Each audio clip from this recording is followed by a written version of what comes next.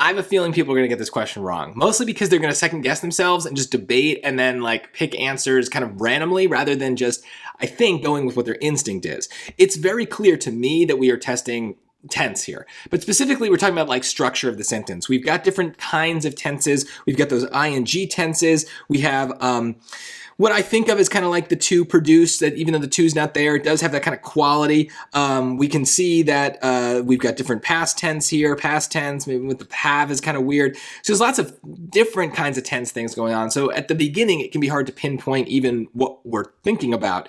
But as we go into the sentence, I think it becomes a little bit more clear. It's really just about filling that blank with the best word that I hope sounds the best, but I don't think it's as clear as it is on other versions of this question. So let's take a look. The alga species Chlorella vulgaris is very efficient at making oxygen. For this reason, scientists are currently exploring ways to use this species in space.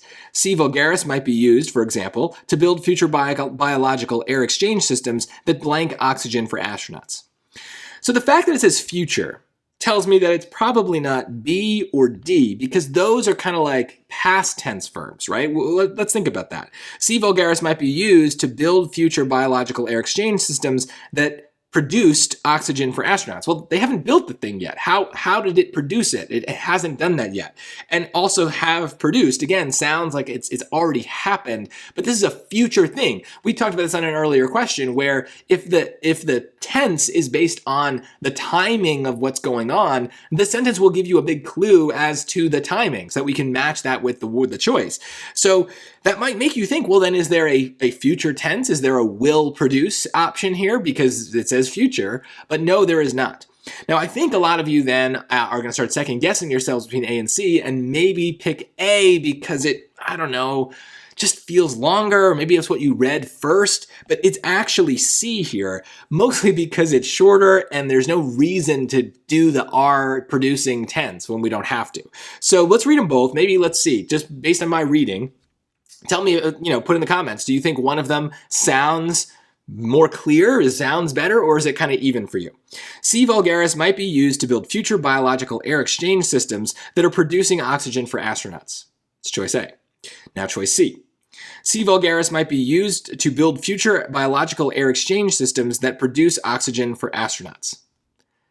I think C sounds better. The real reason is they're kind of doing the same thing, but in English, generally speaking, this is tricky. This is what we might even think of as like a passive tense versus a more active tense.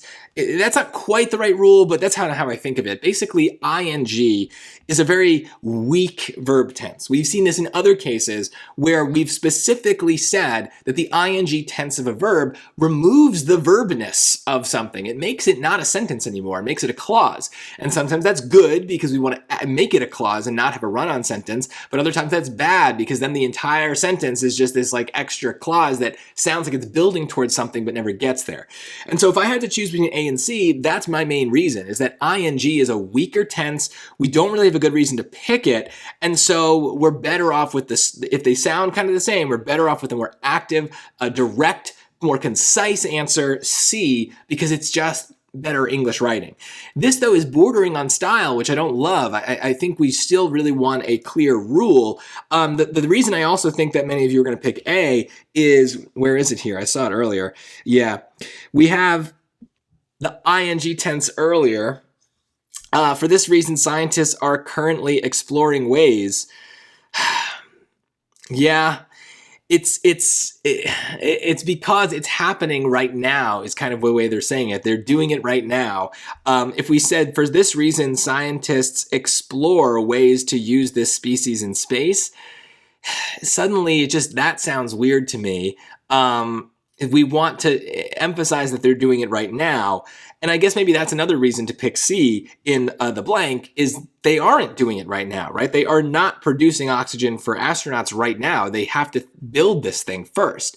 So it's a future technology. So the ing tense kind of implies that something is happening right this very minute, but it's not. This is something that they're thinking that they want to do. So I hope I gave you enough reasons to pick C here, but honestly, if there's one that kind of works for me, that's just shorter and it sounds good. So you can, on verb tense questions, very often we do kind of use a little bit of our instinct and just our ear for the English language to be like, okay, that sounds like what I would say. That's not the best way to go about the reading and writing on the SAT, but it is something that we can use when we're stuck. And I think a lot of the verb tense questions are cases where that is actually pretty reliable. When we get into things like singulars and plurals for verbs, for pronouns, modifiers, punctuation in general, things like semicolons and commas, then we need to know the rules. But I think if you're just kind of picking the right tense, a lot of times your brain is going to naturally pick the right tense, even if you don't have good articulate reasons why. And remember, you can always mark a question we are not proving it. We are not 100% sure and say, all right, if I have time, I'm going to come back and look at this again. Maybe I can notice something or prove it more easily later. But for now, if you picked C or A, I would say, yeah, just move on and come back. And hopefully you picked C and you wouldn't need to come back. But yeah, this is a little bit harder of a grammar question than the others that we saw. So hopefully your instincts are good. And if you did get it wrong, don't worry about it. Just get everything else right and you should still be able to get a really great score.